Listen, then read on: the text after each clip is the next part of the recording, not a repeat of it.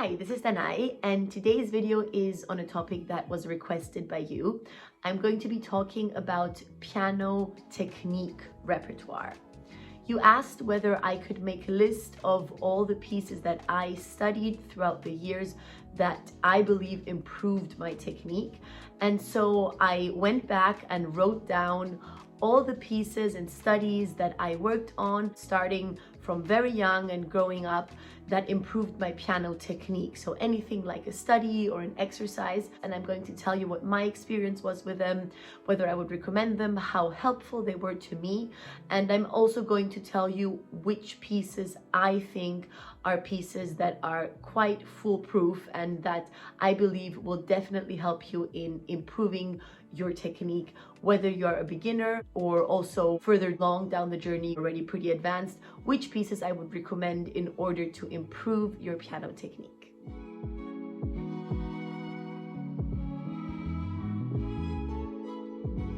So to begin with, I just want to say that the piano repertoire is so vast that of course there are a million studies that you can practice and that will help you out, and there are so many different ways to succeed and get your result of improving your piano technique. So this is by no means the only way to go. This is just a suggestion and what worked for me.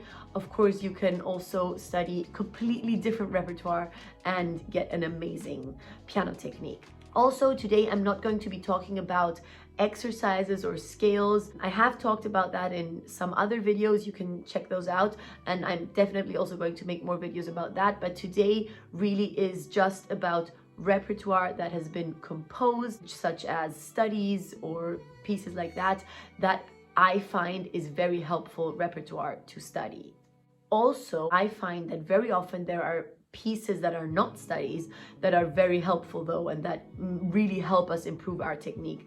Many pieces by Liszt, for example, just an example is the Hungarian Rhapsody number 6, which of course is a piece that makes you work on your octaves like crazy and octave repetitions. So I'm just saying you don't always have to go to studies to look for repertoire that will improve your technique.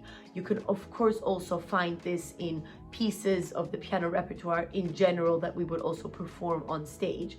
But today I just made a list of studies only because there is already so much that I find helpful, and otherwise this video would be way too long.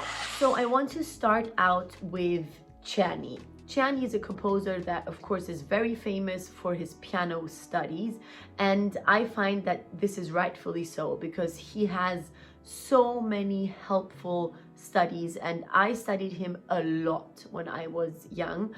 I started out with his easier studies. He has studies for beginners.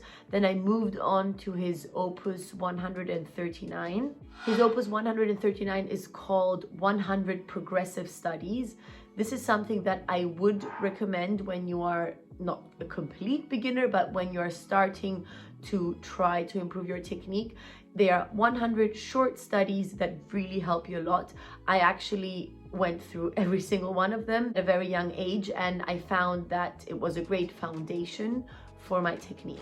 Now, staying with Czerny, I just want to recommend 3 more cycles of studies. One is the Opus 299. It's called the School of Velocity.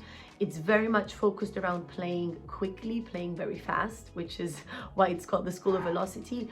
I didn't play every single one of those studies, but I played a lot of them and I found them very, very helpful. So this is definitely a cycle that I would recommend.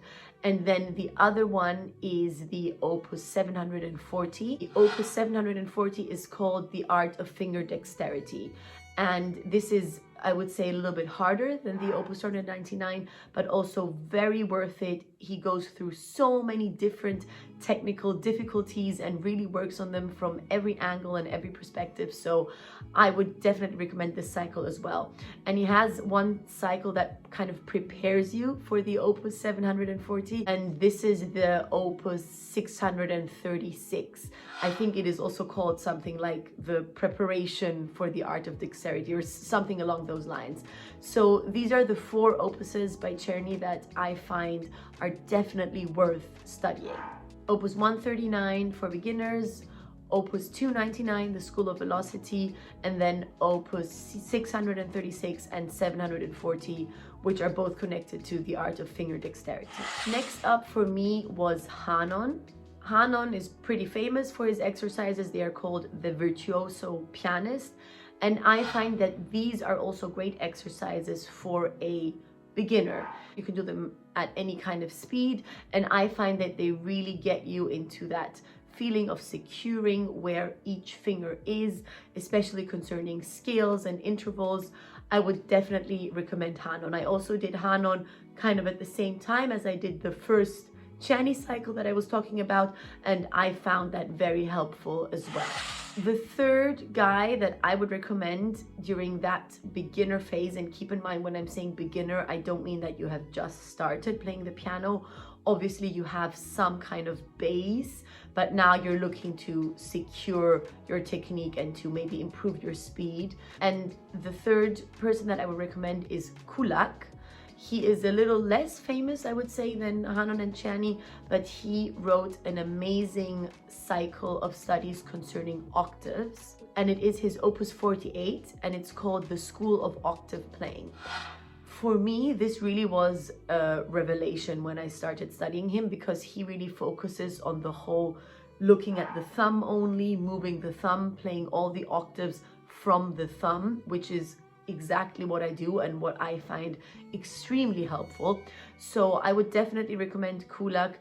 He has exercises like you press the fifth finger and then only play the thumb and things like that. He really helped me in my octave playing a lot. I actually kind of discovered him a little later. I think I started studying Kulak when I was 12 or 13, but I would actually suggest starting that earlier if you're already playing the piano. I wish I would have already studied Kulak when I was 7 or 8 years old. The next cycle of exercises I would recommend is Pishna. Pishna technical studies. I find that those are actually quite hard.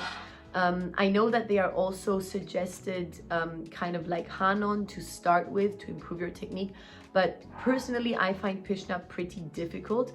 I think they are very rewarding and very good because they really make sure that your fingers are so independent. They focus a lot on finger independence, but I don't think that I could have played them just when I was starting out. So just keep that in mind. For me, at least personally, Pishna is something definitely to do, and that will help you. But maybe when you've already done some Hanons, some Czernys, then look into the Pishna studies. The other cycle I would like to recommend is by Brahms. Brahms 51 exercises. The 51 exercises are from his works without opus number 6. These are very, very helpful exercises. I love that they are also kind of influenced by this musical feeling that Brahms has. I got into them quite a lot when I was studying Brahms Paganini variations, which are also really technically hard. And I found them very helpful. Again, I'm not quite sure that these would be beginner exercises, but a little further down the road, I think that they would be very helpful. Especially the fact that they are not pure technique, like for example a Hanon or Pishna, but they are also quite musical. Czerny, of course, has that musical element. In general, I find it is extremely helpful and beneficial to practice your exercises and studies in a musical way. I know that when you're doing Hanon or Pishna, this is very hard because it really is just going up every note, so it's not really musical. But even there, if you try to start out a little softer, put a kind of crescendo in there, I think this is so valuable to never just do pure technique. When you're playing Czerny studies or Brahms exercises, the music is already written into them. So I would really stress that I think it is very important not to play purely technical pieces. Even when you're just doing technical exercises, even when you're doing Hanon, try to put some music into it. It's going to help you technically, and it's also going to help you mentally. And the last two cycles that of course I have to include in this video are Chopin studies, Opus 10 and Opus 25. Obviously, these are an incredible base for piano technique. Of course, these are also not beginner pieces, but these are pieces that you have to tackle when you already have gone through Czerny, Hanon and that. But once you feel comfortable enough to start them, I would say don't hesitate to get into them, to start with Opus 10 number 1, Opus 25 number 1, and start with a very slow tempo. Start with exercises. I have made a couple of videos on Chopin studies because in my studies these pieces played a huge role.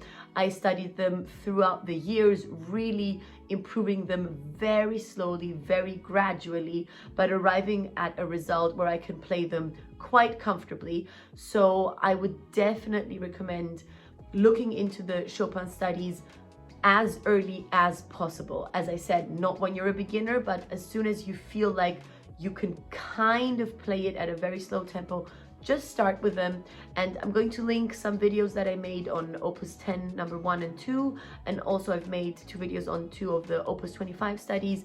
You can see how I approach them. The goal is not to get them done as quickly as possible. On the contrary, the goal is to very slowly improve them and to just really have them sink into your fingers and to have you feel very comfortable when playing them. Obviously, these are incredible studies, musically interesting and so valuable, and technically also going through virtually all the technical difficult things that a piece can have. These are the pieces that I studied on my way up till now. Who knows what still will follow, but these are the pieces that I would recommend, that I found the most helpful. I hope that you found this video interesting and that it helped you out.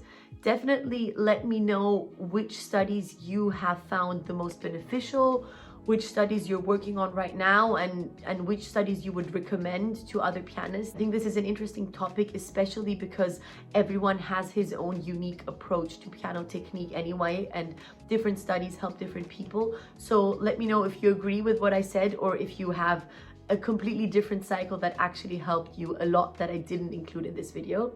And I'll see you again in the next video. Bye!